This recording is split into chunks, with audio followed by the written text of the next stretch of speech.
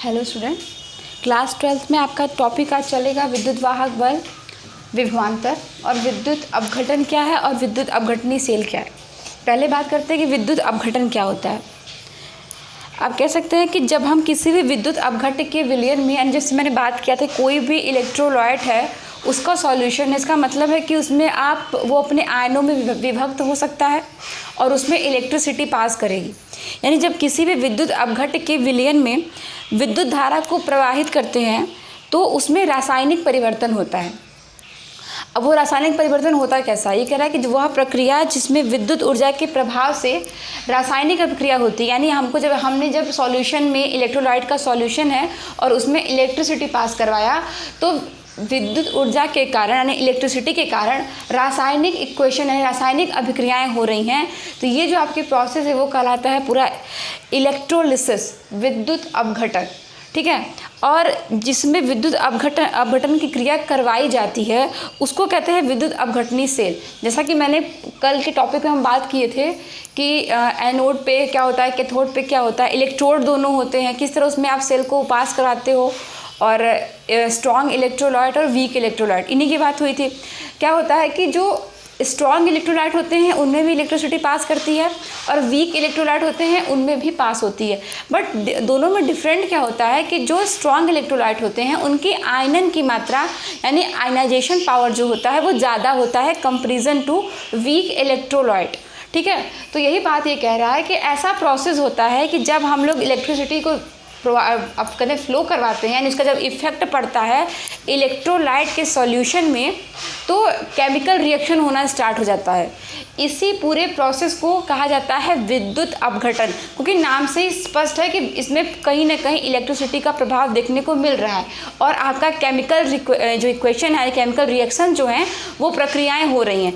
तो जिसके माध्यम से ये अभिक्रियाएं होती हैं उनको कहते हैं इलेक्ट्रोलिटिक सेल यानी विद्युत अपघटनी सेल। और जो पूरा प्रोसेस है ये कहलाता है आपका विद्युत अपघटन। आप कह सकते हैं कि कैथोड पे अपचयन की क्रिया होती है, कैथोड पे हमेशा रिडक्शन होता है और एनोड पे ऑक्सीडेशन होता है। ऑक्सीडेशन का मतलब आप लोग जान ही रहे हो कि ऑक्सीजन का योग होगा। ठीक है, अब बात होती है यहाँ पे कि विद्युत वाहक बल और विभवांतर का। तो अगर आपने जो विद्युत अपघटन की क्रिया हो रही है उसमें दो इलेक्ट्रोड लगते हैं। ठीक है, दोनों इलेक्ट्रोडों के मध्य जो आपका विभवांतर जो पोटेंशियल डिफरेंस क्रिएट होता है उसमें जो भी सेल होता है वो कोई भी कार्य नहीं करता है। ठीक है, और बाह्य परिपथ में भी कोई धारा प्रवाहित नहीं होती है। इलेक्ट्रोमोटिव फोर्स में बात हो रही है विद्युत वाहक बल में, कि जब भी दोनों इलेक्ट्रोडों के मध्य जो विभवांतर उत्पन्न होता है उस टाइम पे हमारे बाह्य के सर्किट जो होता है, हमारा आउटर सर्किट होता है, उसमें कोई भी करंट फ्लो नहीं कर रही होती। यानी ई जो हमारा सेल का होता है वो इक्वल होता है ई ओ पी यानी ऑक्सीडेशन पोटेंशियल प्लस रिडक्शन। क्योंकि हम लोग जानते हैं कि जो प्रक्रियाएं होती हैं वो कैथोड पे अपचयन की होती है और एनोड पे ऑक्सीकरण की प्रक्रियाएं होती हैं।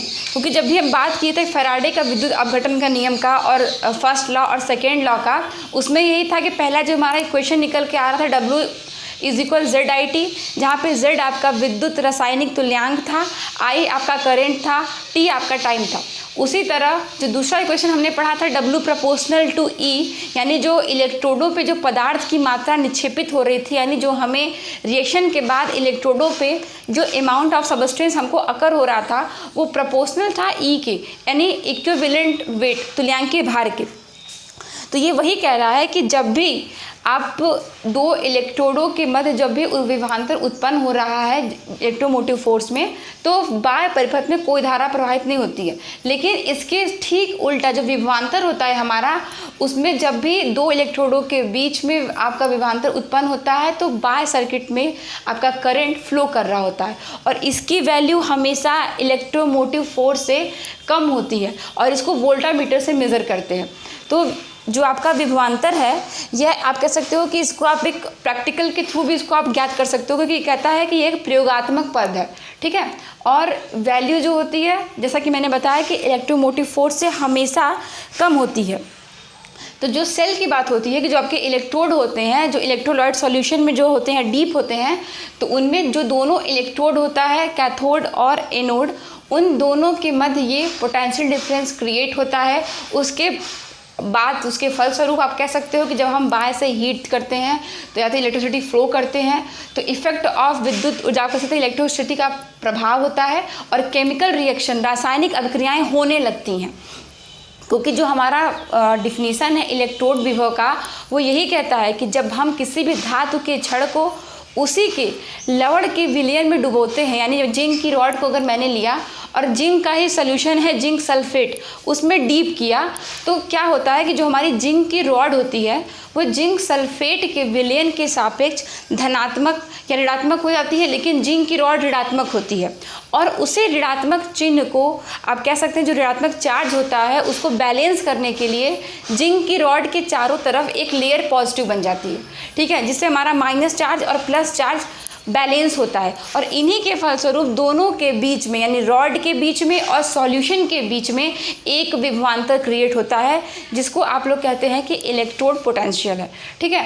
तो ये बात हुई आज की आपके इलेक्ट्रोमोटिव फोर्स की, पोटेंशियल डिफरेंस की, इलेक्ट्रोलिसिस की, इलेक्ट्रोलिटिक सेल की और इलेक्ट्रोड पोटेंशियल की।